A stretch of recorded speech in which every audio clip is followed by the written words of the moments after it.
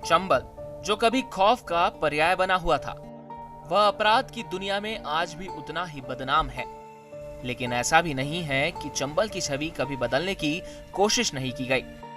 शासन प्रशासन ने विकास के लिए यहाँ तमाम योजनाएं चलाई।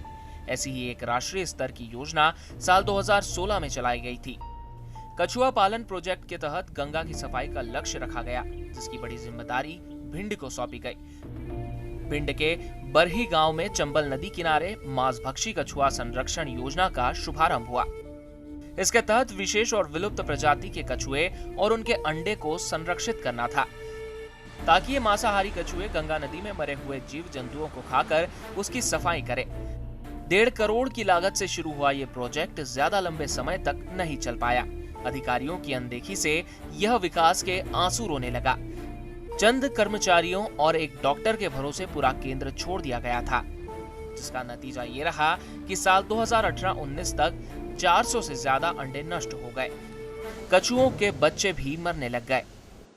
अभी करीब 400-500 बच्चे आए थे। वे बच्चे देवरी गए। अच्छा, ये जो बच्चे आए थे इन्हें कहाँ से लाया गया था, किस मकसद से लाया गया था?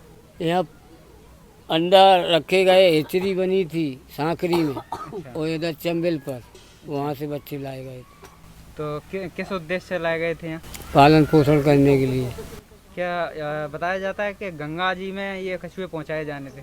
सुना था प्रोजेक्ट बन रहे, यहाँ से बच्चे वहाँ जाएंगे। अच्छा, तो फिर अब वो बच्चे कहाँ पर हैं? देवरी। सारे देवरी यहाँ से क्यों हटा दिए गए थे? यहाँ वो मतलब सक्सेस नहीं हुए, मरने लगे थे। तो कोई अधिकारी वगैरह यहाँ आए थे? डॉक्टर आते कह रहे मीना। देश की सबसे साफ चंबल नदी कई लिहाज से महत्वपूर्ण है। राष्ट्रीय चंबल अभयारण्य में 9 प्रजाति के कछुए पाए जाते हैं, जिनमें ज्यादातर विलुप्त प्रजातियों के हैं। मांसभक्षी कछुओं के संरक्षण के लिए इसे सबसे ज्यादा अहम माना गया।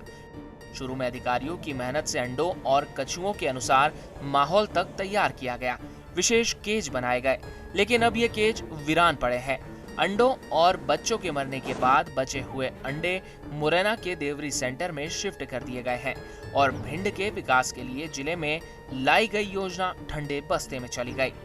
1.5 करोड़ रुपए से बनकर तैयार हुआ ये प्रोजेक्ट जल्द ही ठंडे बस्ते में चला गया, जिसका एक बड़ा कारण था कि अधिकारी और जिम्मेदार कर्मचारी जो भी थे, उनकी लापरवाही या उनका ध्यान नहीं देना, क्योंकि जल्द ही ये कछुए मरने लग गए और उसका खामियाजा ये हुआ कि बचे हुए कछुओं को बाहर शिफ्ट करना पड़ा। लेकिन अब यह पूरी तरह से धूल खा रही है। इस सेंचुरी में न तो कोई प्रभारी यहाँ जिम्मेदार है और ना ही कोई ऐसा कर्मचारी जो इसकी देखरेख कर सके, और यहाँ किसी का इस ओर किसी तरह से ध्यान नहीं है, ना ही कोई जिम्मेदार अधिकारी इसकी सुध ले रहा है। ऐसे में जब हम यहाँ आए तो हमने पाया कि ना तो यहाँ प्रभारी थे और ना ही कछुए। दोनों ही स्थिति में इसका नुकसान जो है वो अब भिंड शहर, भिंड ज़िले को उठाना पड़ रहा है। साथ ही जो शासन की मंशा थी, शासन का जो पैसा था, वह भी बर्बाद हो चुका है। ईटीवी भारत, भिंड, मध्य प्रदेश।